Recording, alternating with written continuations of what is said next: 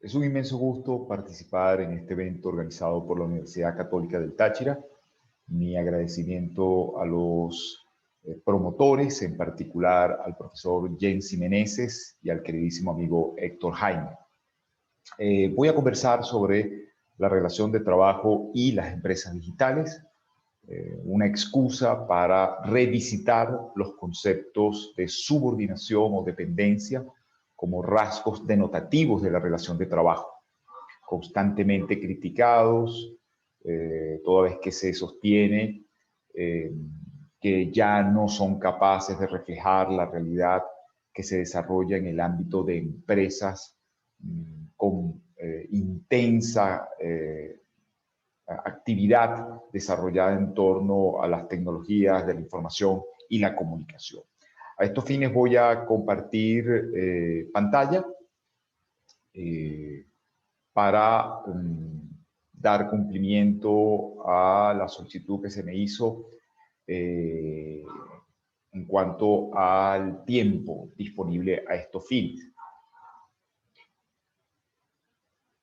Lo primero, y yo diría que lo más importante, es entender que la subordinación o dependencia se ubica dentro del espectro de la arquitectura del poder del titular de los medios de producción.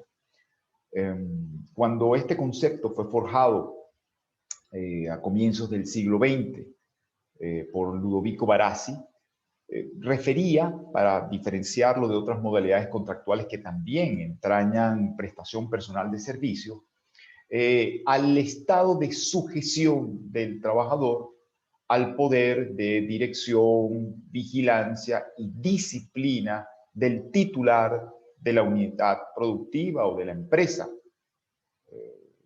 Los poderes, en definitiva, del empleador.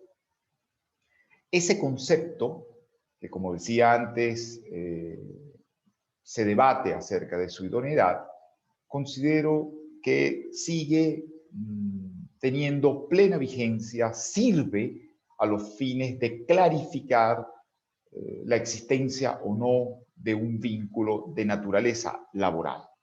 Obviamente, para ello hay que entender que la subordinación se ubica, se inserta en un ámbito empresarial.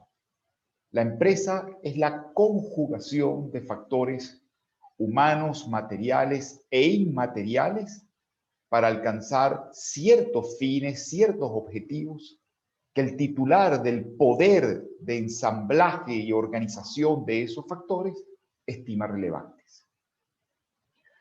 Atención, es muy común confundir las voces patrono o empleador con la empresa.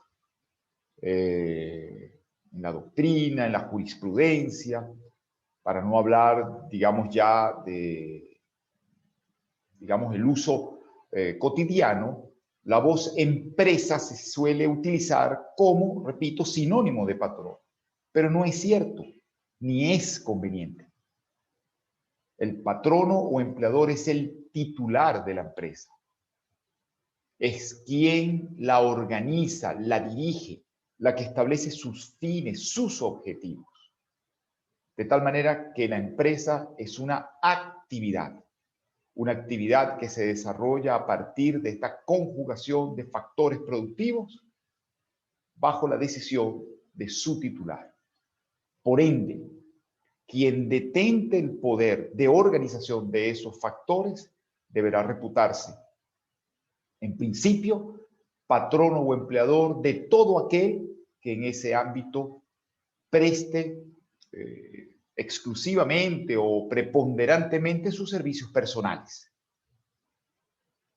De tal suerte, y con esto cierro este preámbulo, no nos podemos olvidar de que la subordinación o dependencia, que ese poder patronal de dirección, vigilancia y disciplina, es en definitiva un instrumento que persigue en el seno de la empresa garantizar el funcionamiento, la fisiología de esta. Por tanto, La subordinación se expresará del modo, de la forma, de la intensidad, de la temporalidad, que en cada caso concreto sea necesaria para alcanzar los fines que el titular de la empresa requiere o considera relevantes en dicho ámbito. No hay una idea única de subordinación, no hay una forma única de subordinación. La subordinación tendrá la arquitectura que, reitero, en cada caso concreto, específico, sea necesario para alcanzar los fines empresariales. Cuando se debate si existe o no relación de trabajo, cuando existe conflicto en torno a la naturaleza jurídica de una determinada modalidad de prestación de servicio, ¿cuáles son los recursos, los métodos, las técnicas que cabe emplear para dilucidar dicha diferencia, dicho conflicto, dicho debate? Para dar respuesta a eso voy a referirme a un instrumento de ámbito universal para dejar en claro que estos temas son temas absolutamente globales y también la metodología para superarlo llega a ser general con las particularidades de cada ordenamiento jurídico, pero tienen una raíz, una base que es absolutamente uniforme. Me refiero a la recomendación 198 de la Organización Internacional del Trabajo sobre la relación de trabajo del año 2006. En ese instrumento internacional, lo primero que se señala a los fines de establecer la naturaleza jurídica de un vínculo es tomar en consideración la primacía de la realidad. Esto es, que la aproximación al caso controvertido tiene que realizarse desde la perspectiva de la primacía de la realidad sobre las formas o apariencias. De tal suerte que serán datos fácticos, no formales, los que arrojen luces acerca de la naturaleza de dicho vínculo.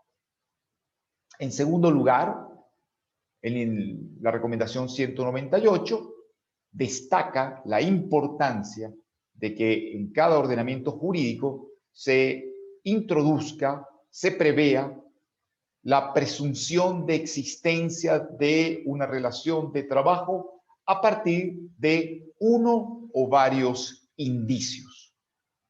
El indicio común utilizado en los ordenamientos jurídicos iberoamericanos es la prestación personal de servicio.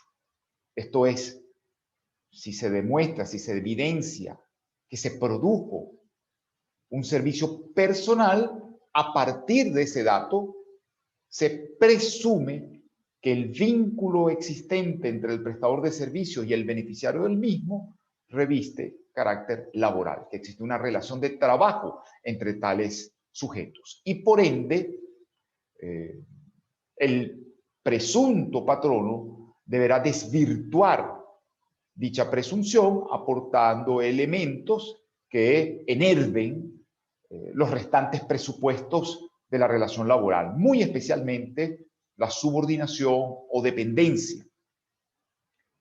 En tercer lugar, precisamente, la recomendación señala que resulta conveniente que los ordenamientos jurídicos también señalen algún rasgo denotativo de la relación de trabajo, que sean capaces de establecer cuál es el elemento fundamental para reconocer una relación de trabajo y diferenciarla de otras formas de prestación de servicio. Y acuña la recomendación. Entre esos rasgos denotativos, el más universal, el más relevante, El más utilizado es la subordinación o la dependencia. Seguidamente, la recomendación ofrece, para facilitar estos debates sobre la existencia o no de la relación de trabajo, un catálogo enunciativo de indicios, datos fácticos que suelen acompañar a la relación de trabajo, formas en que tradicionalmente, arquetípicamente, la relación de trabajo se desenvuelve o se desarrolla. Al ser indicios, por supuesto, son contingentes, pueden o no darse, y por ende ejercen o pretenden ejercer sobre el juzgador solo una orientación. Esos indicios están desarrollados en el subpárrafo 13 y ordenados en torno a dos criterios: forma de prestación del servicio y prestaciones derivadas de dicho servicio. Finalmente, la recomendación 198 señala que deben existir instancias, órganos especializados que velen por la aplicación de estos criterios y aseguren el reconocimiento de relaciones de trabajo para evitar su encubrimiento y simulación, y también para que puedan resolver los casos difíciles, los casos objetivamente ambiguos. Como se observa, nada en realidad de lo que acabo de decir es extraño al ordenamiento jurídico venezolano en particular e iberoamericano en general. La primacía de la realidad aparece prevista como principio fundamental del derecho del trabajo en la Constitución venezolana, artículo 89, numeral 1, pero también en el decreto con rango, valor y fuerza de Ley Orgánica del Trabajo, los trabajadores y las trabajadoras del año 2012, sus artículos 18 y 22, e incluso en la Ley Orgánica Procesal del Trabajo en su artículo 2. La presunción de existencia de la relación de trabajo a partir de la prestación personal de servicio está prevista en el artículo 53 de la Ley Orgánica del Trabajo, los trabajadores y la trabajadora. La subordinación o dependencia define el contrato de trabajo en el artículo 55 de este mismo instrumento normativo. La Sala de Casación Social del Tribunal Supremo de Justicia ha utilizado la técnica del haz de indicios, el test de laboralidad, para desentrañar la naturaleza jurídica de relaciones o de modalidades de prestación de servicios que puedan ser particularmente debatibles. Y lo hizo a partir de la sentencia 489 del 13 de agosto del 2002, que es la sentencia líder en esta materia, donde se prevén un amplio catálogo de indicios que el jugador deberá revisar a la hora de pronunciarse sobre la naturaleza jurídica de estas modalidades de prestación de servicio objetivamente ambiguas. Y por supuesto, contamos en el país con tribunales laborales y administración del trabajo. De tal manera que alguien podría decir, no sin razón, que la recomendación 198 poco o nada aporta. Sin embargo, quería muy brevemente señalar que si bien a primera vista la recomendación 198 estaría superado sus elementos por nuestro ordenamiento jurídico interno, creo que hay algunos elementos que llaman la atención y que pueden ser útiles comenzar a incluir dentro del arsenal del juzgador a la hora de establecer la existencia de una relación de trabajo, y muy especialmente en ese párrafo 13 que contempla el catálogo de indicios, llamo la atención sobre el indicio de integración en la organización de la empresa. creo que este indicio, que no está previsto en el catálogo desarrollado jurisprudencialmente en Venezuela y que ha sido muy útil en sentencias dictadas en América Latina, puede servir particularmente en los casos no solo difíciles, sino también en los casos de empresas digitales, caracterizados por actividades desarrolladas con intensa utilización de tecnologías de la información y la comunicación. Es un indicio complejo, conjuga tres factores, tres ideas, como son la empresa, la organización y la integración. Y lo que significa, o lo que considero debe ser entendido por este indicio, es que el trabajador, el prestador de servicios, se halla dentro de una organización empresarial. Esto es, hay una empresa como conjugación de los factores de la producción, materiales y humanos. Esos factores son organizados, se combinan o conjugan según la decisión del titular de dicha empresa. Por ende, si el trabajador se incorpora, integra, forma parte de esa organización, es decir, es parte del factor humano que otro conjuga para alcanzar sus fines objetivos, deberá prima facie, en principio, reputarse que este sujeto, el titular de los poderes de organización, es el patrono o empleador de aquel que solo presta o preponderantemente presta sus servicios personales en dicho ámbito. Esa es la importancia de este indicio que, reitero, creo conviene incluir dentro del catálogo jurisprudencial que se ha venido aplicando en el caso venezolano. Voy a utilizar el ejemplo del trabajo en empresas organizadas en torno a plataformas tecnológicas, solo para llamar la atención de una técnica que no se agota en estos casos, pero aprovechando que son conflictos muy extendidos, muy intensos, que se han desatado globalmente y que todos conocemos, lo voy a utilizar simplemente para ejercer, o más bien para ejercitar esta técnica frente a ustedes. Supongamos o admitamos que este trabajo que se desarrolla en empresas organizadas en torno a plataformas tecnológicas, caso Uber, Rapid, Globo, etcétera, son casos de ambigüedades objetivas. Esto es, que la realidad se muestra esquiva, confusa, se ubica en una zona fronteriza, en una zona gris, penumbrosa, y por tanto requiere del juzgador una profundización en el análisis y en el fundamento de su decisión para ir demarcando con claridad los límites, ciertamente en algunos casos borrosos, entre la relación de trabajo y otras formas de prestación de servicio. De tal suerte que la técnica del haz de indicio o la técnica de la laboralidad llevaría a recoger, a recopilar los indicios de uno y otro sentido para proceder luego a su ponderación.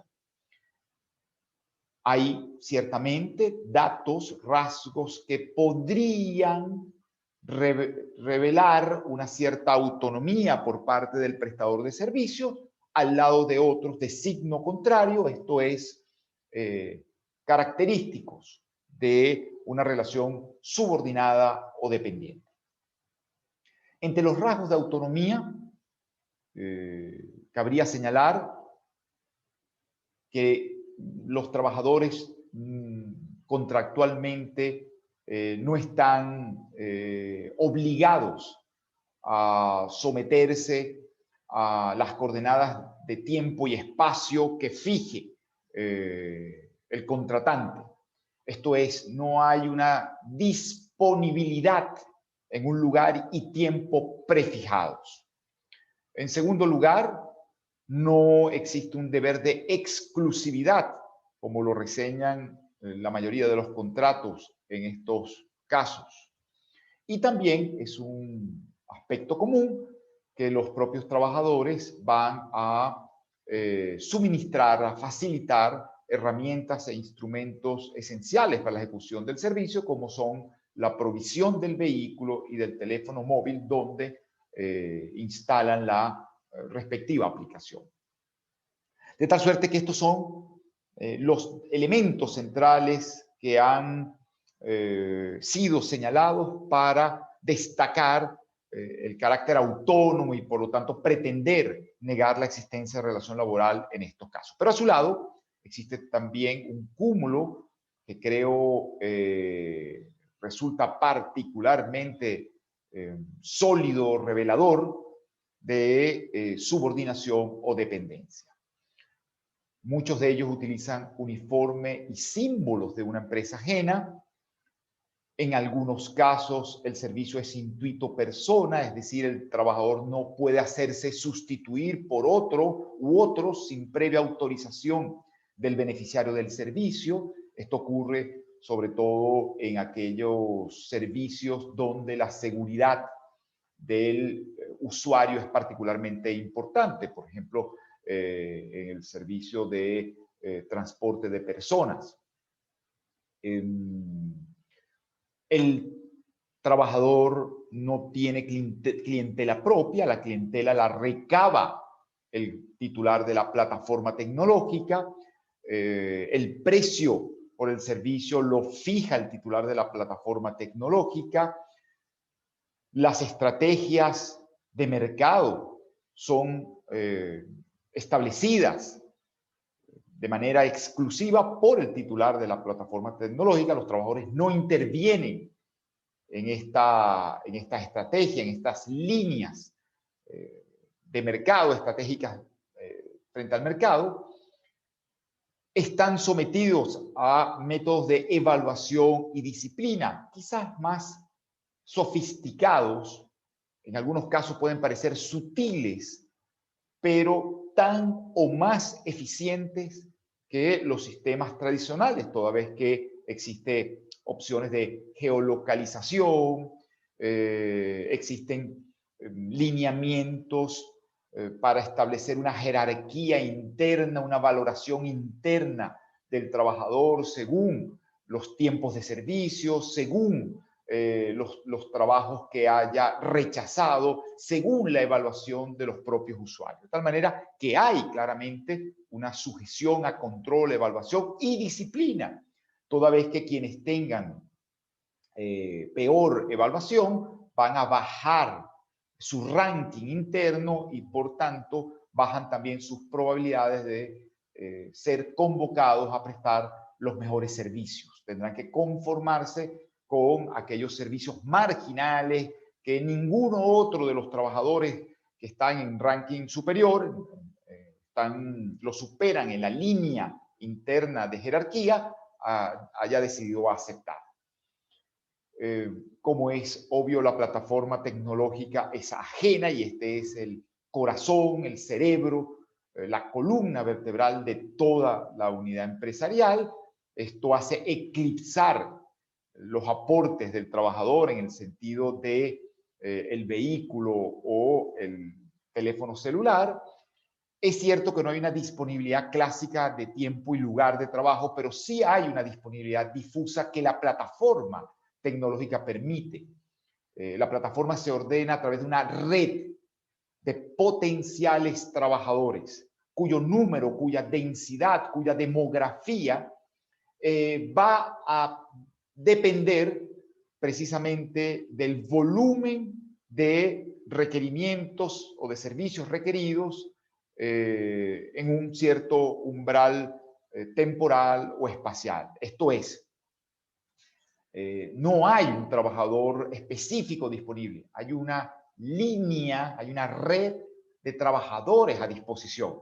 De tal manera que si uno no presta el servicio, lo rechaza o simplemente no está participando en la red, otro u otros lo van a ejecutar. De tal suerte que la garantía de ejecución del servicio va a depender o se garantiza con esta densidad poblacional en la red, de trabajadores que potencialmente van a prestar el servicio. Y por supuesto, como dije antes, quienes no lo ejecuten o quienes tengan un desempeño deficiente van a bajar, van a caer en ese ranking y van a tener que conformarse con los peores trabajos, los que ya nadie ha querido ejecutar. Todo esto evidencia que el trabajador se encuentra integrado, inserto en una empresa que es ajena, en una empresa que otro organiza y que en su seno él aporta solo o preponderantemente su servicio. De tal suerte que si lo miramos como si fuera un cuadro en un museo, veríamos algo así y no creo que existan dudas de que estamos en presencia de un clásico trabajador. Uniforme, signos de empresa ajena, control, evaluación, etcétera. Totalmente, claramente inserto en una empresa ajena, bajo los lineamientos para la clientela y por el precio que otro fija. Es muy importante también dejar en claro que cuando hablamos de relación laboral, estamos asumiendo una perspectiva binaria, es decir, si no se trabaja bajo subordinación o dependencia, se estará trabajando autónomamente. Y cuando se pretende negar la relación laboral señalando solo algunos indicios, como la falta de disponibilidad o como la provisión de vehículo y celular, tenemos que entender que si se niega la relación laboral, se afirma su carácter autónomo y por tanto sería conveniente también exigir cuáles son los rasgos que evidencien claramente esa autonomía. Para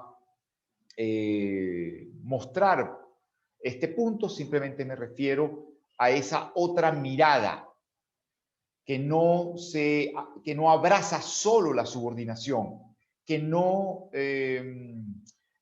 desecha la existencia de la relación laboral solo porque algunos indicios clásicos de esta no aparezcan previstos, sino que exige también con énfasis la evidencia de la autonomía. Si no hay relación de trabajo, hay autonomía. ¿Cuáles son los indicios claros, contundentes, que demuestran que esa prestación de servicios se ejecutó en términos de autonomía, por cuenta propia? Allí simplemente menciono el test ABC, que ha venido aplicando la jurisprudencia norteamericana y que se ha venido integrando en algunas leyes, que ha sido muy discutido últimamente a partir de la sentencia de la Corte Suprema del Estado de California del 30 de abril del año 2018, el caso Dynamics Operation, donde se aplicó este test y luego ya como ley entró en vigencia el 1 de enero de este año, del año pasado, 2020, y que supone que para desvirtuar la existencia de una relación de trabajo, el beneficiario tiene que acreditar 3 elementos concurrentes. 1, que el trabajador ejecutó el servicio autónomamente, es decir, sin sujeción a su control y con sus propios medios. Segundo, que ese servicio no guarda relación, no tiene conexidad con el objeto de la actividad principal del beneficiario, es decir, que es una actividad marginal, periférica, no ubicada en el núcleo esencial de la empresa del contratante, en el core business del contratante, y, por último, en tercer lugar, que ese trabajador ha venido desempeñándose como autónomo habitualmente y por tanto cumple con los requerimientos, formalidades, medios y la conducta de quien se pretende precisamente como trabajador autónomo. De tal manera que termino reiterando a manera de epílogo lo que dije al comienzo. No hay una subordinación única.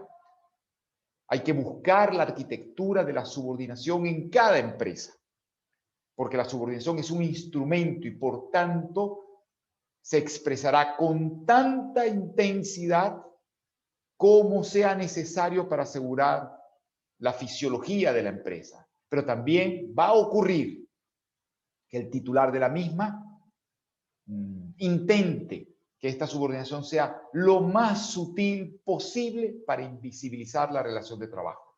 Lo esencial es entender la empresa para de allí derivar la arquitectura de la subordinación útil y idónea para alcanzar sus fines. Muchísimas gracias.